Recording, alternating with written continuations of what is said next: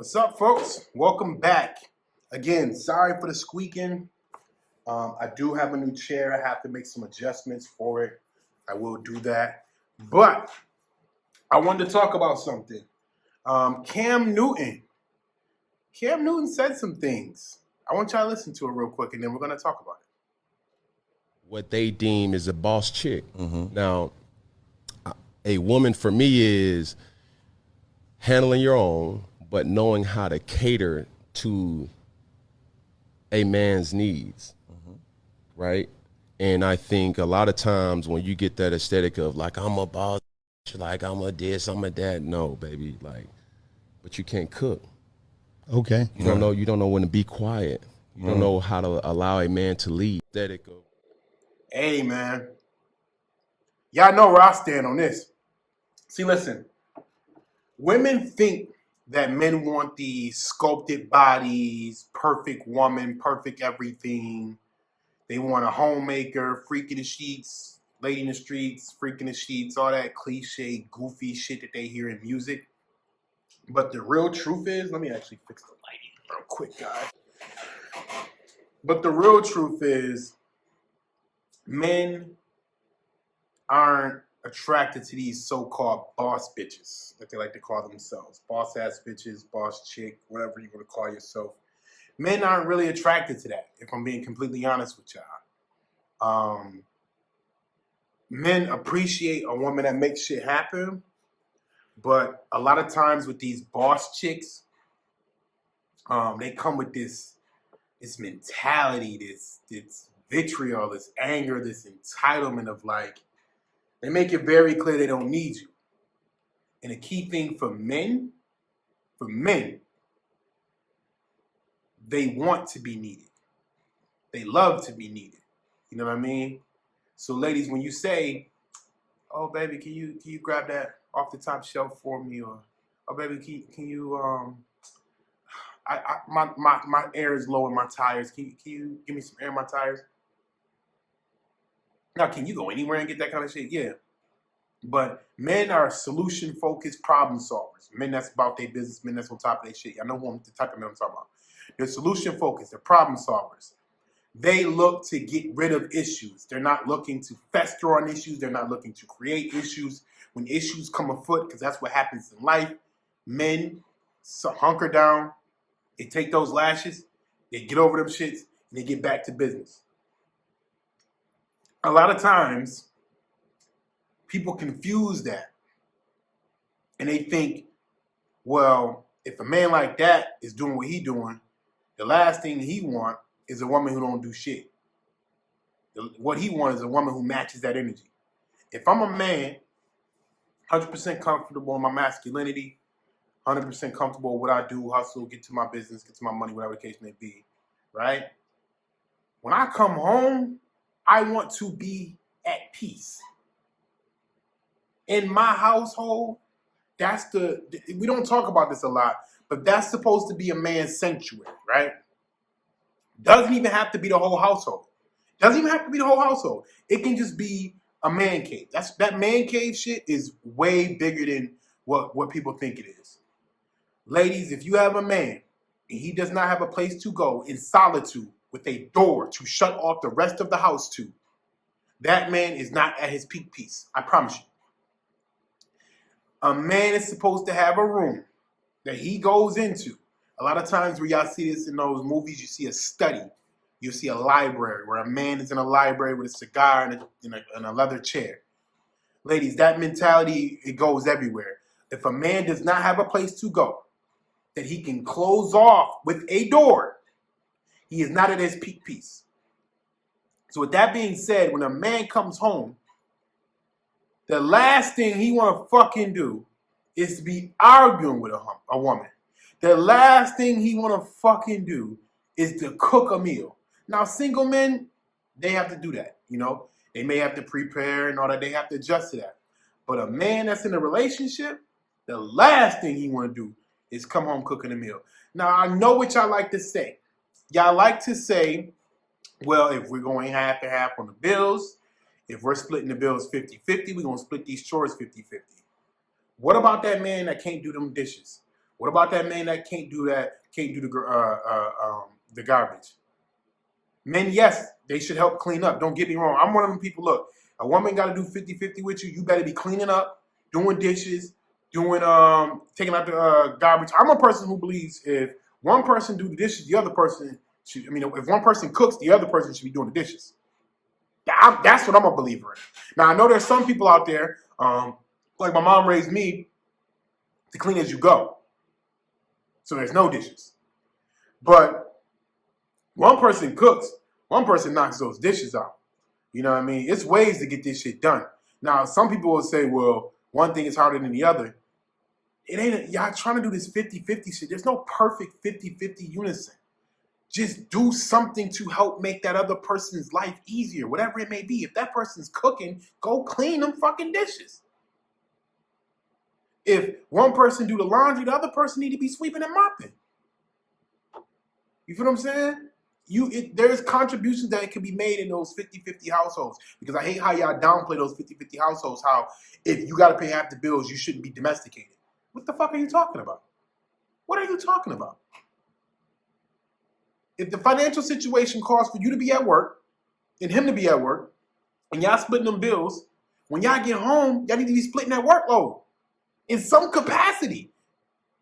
Even if y'all say, you know what, I'm gonna be responsible for the dishes, the garbage, and folding the clothes. You're gonna be responsible for putting the clothes up. You're gonna be responsible for sweeping and mopping. And you're gonna be responsible for, picking the kids' clothes out, ironing the kids' clothes, shit like that. Like whatever the functions is, if y'all not working in unison, it's never gonna work anyway. It don't have to be exactly 50-50. But what y'all need to have a clear understanding is, hey, we need to help each other with this shit. We need to help each other do this job function. We need to help each other do this. There's no reason why one person is lugging the entire workload. It shouldn't happen. Shouldn't happen. So, the type of woman that a man wants. Cam Newton is absolutely right. Men do prefer a Savannah James type of woman. They do prefer an Aisha Curry type of woman. But there's also men that likes the Ari Fletcher, right? Ari Fletcher. Yeah, I think that's her name. The chick that be shaking her ass on stage and all that. There are men that love that. But when they get home is what we're talking about. When they get home, I don't give a fuck if you are a Fletcher in the streets, you Savannah in the streets, you Aisha Curry in the streets, you Jocelyn Hernandez in the streets. When I get home, you better be Susie Homemaker around this motherfucker. And I'm the type, personally, I make more money. I make most of the money. I'm the type, personally, I'm still going to help out around the house. I'm still going to get them kids ready for school. They're going to get up with me. I'm still going to get them kids off to daycare and off to the school bus. I'm still going to make sure them dishes is done. I'm still going to make sure that garbage is taken out. But I want my dinner. I'm not doing no laundry. I'm not folding, putting up, not doing any of that. I'm going to relieve you of complete duties. And in exchange, you're going to relieve me of complete duties. And one of those things that I do not like to do is laundry. So I'm not folding no clothes. I'm not putting them up. I'll wash and dry them motherfuckers all day. I'll bring the baskets up and down them stairs. I'm not folding, and I'm not putting them up. In exchange, you ain't going to have to do dishes. You ain't going to take out no garbage. Ever. 7 days a week, I'm doing them dishes, and I'm taking care of that garbage every single time, just in exchange for the laundry. That's 2 for 1 right there. Men don't want these absurd, overbearing women. In a man's household, ladies, I'm going to be honest with y'all, it should be a dictatorship for the most part. Your man, naturally as a man, in choosing you as his companion, he's going to come to you with things, with thought processes and where he's headed. If this is how you identify you with the right man. He's gonna come to you with, hey, look, this is what I'm getting ready to do. This is what I'm about to do. Here's how it's gonna work out. Here's how it's gonna lay out for us. And here's how it's gonna lay out for you and the kid or whatever the case may be in the household. This is how it's gonna lay out. He shouldn't be, hey, do you mind if I? Ladies, I'm telling you, if you ain't got a man letting you know things of like a dictator would, a king and a queen kind of thing. See, a king and a queen sit on their throne. The king makes the decision. As a woman, as a queen, you need to be right there and making sure you follow the code of conduct. And as a man, you need to verbally teach your woman the code of conduct. Because as a woman, naturally, she's going to challenge you. As your woman, she's going to challenge some of those things. And if your ideology is in the right place, and if your ideology is proper, you'll be able to explain to her why things are that way and why things will continue to go on this way. If your ideology isn't proper and she challenges you on it, she's going to get you to a point where she should be getting you to a point where it becomes solid. So that way, the code is the household. The household should be operating under one uniform code, starting with the mother, the father, and it trickles down to the children. The mother should not have to call you for shit if you lay that code down. Now, there may be some things that come up and she's like, I'm going to talk to your father about that first. But for the most part, men, you're responsible for this. So ladies, you can get mad all you want. You can talk about this ain't the 1950s, yada, yada, yada, yada. You're right, because the marriage rate is down. The divorce rate is up, because it ain't the 1950s. Because women ain't making sure they take care of their household. Men, I'm going to get on y'all too. Y'all don't handle business like you should either. So we got to get back to that. Step one, men, you handle business first. Step two, women will fall in line. Call it what you want. Call it misogynistic. Call it whatever the fuck you want. I promise you. There's nothing that gets a woman more submissive than being properly led. Because if she's properly led, she's being properly taken care of. Spiritually, mentally, physically. A woman should be able to feel like going anywhere in your city in particular, she ain't got shit to worry about. A woman should be like, if she get into an altercation with a man, like, I'm sorry, sir, you know what? I'm not going to argue with you. Let me just call my man and you guys can sort this out. And if the code is proper, she knows when to call you and she knows when to walk the fuck away. Your woman shouldn't be arguing with no man, no way, ever. Ever. There's never a reason your woman should be arguing with a man. If a man does something disrespectful to her, she should be getting on that goddamn phone and talking to you.